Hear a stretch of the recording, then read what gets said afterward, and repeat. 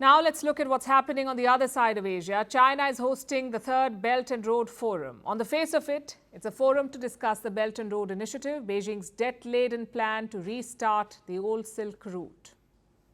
That's supposed to be the main talking point at this forum, but it never really is. The forum has become a place for China to flex its diplomatic muscle. Another place for Beijing to talk about changing the world order to suit its interests. So as expected, politics more than economics was making headlines. We'll talk about both these things, starting with the big political news, one that has captured everyone's attention at this forum, the presence of Russian President Vladimir Putin. Putin has been wary of leaving Russia lately. The International Criminal Court issued an arrest warrant against him in March, this year, in March. And since then, Putin has either skipped events or attended them virtually. He's not left Russia. But that changed this month. A few days ago, he traveled to Kyrgyzstan. It's a former Soviet nation, part of Russia's historical backyard. So it wasn't really a big deal. But the trip to China is being seen differently, as though Putin is making a statement. And the Russian president's speeches confirm that suspicion. Regarding how external factors and conflicts influence the development of Russo-Chinese relations, all these external factors are common threats and they strengthen Russian-Chinese interactions. As for the prospects of further Russia-China cooperation, I am optimistic about it. So the message is simple. The Western world continues to isolate Russia over the war in Ukraine. But it doesn't matter to Moscow. Putin has a steadfast ally in Xi Jinping, and their two nations will keep supporting each other, irrespective of what the West says or does. Putin had a bilateral meet with Xi Jinping on the sidelines of the forum. His opening statement signaled his intent to bring the two countries closer. In the current difficult conditions, close foreign policy coordination is especially necessary. Xi was clearly on board. He heaped praise upon Putin and upon the growing Russia-China relationship.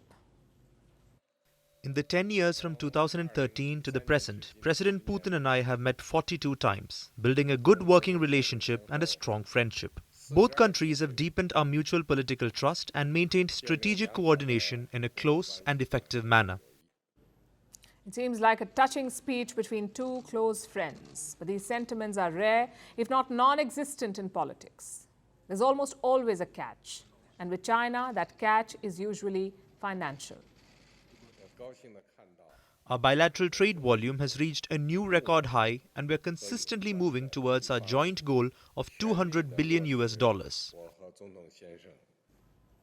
Speaking of financials, let's look at the rest of the Belt and Road Forum. Xi Jinping insists it will bring prosperity. It will help all member countries. But so far, it has brought prosperity only to the loan sharks in Beijing. Look at Sri Lanka.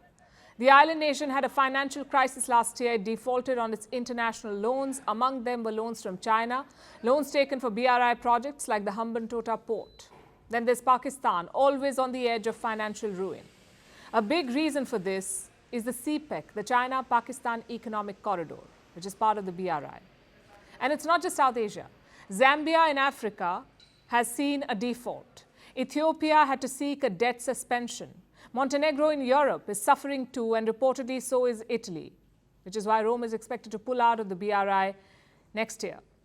Despite all this, Xi Jinping seems to be doubling down.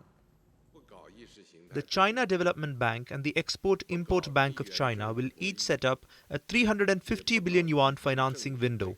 An additional 80 billion yuan will be injected into the Silk Road Fund. Together, they will support BRI projects on the basis of market and business operations.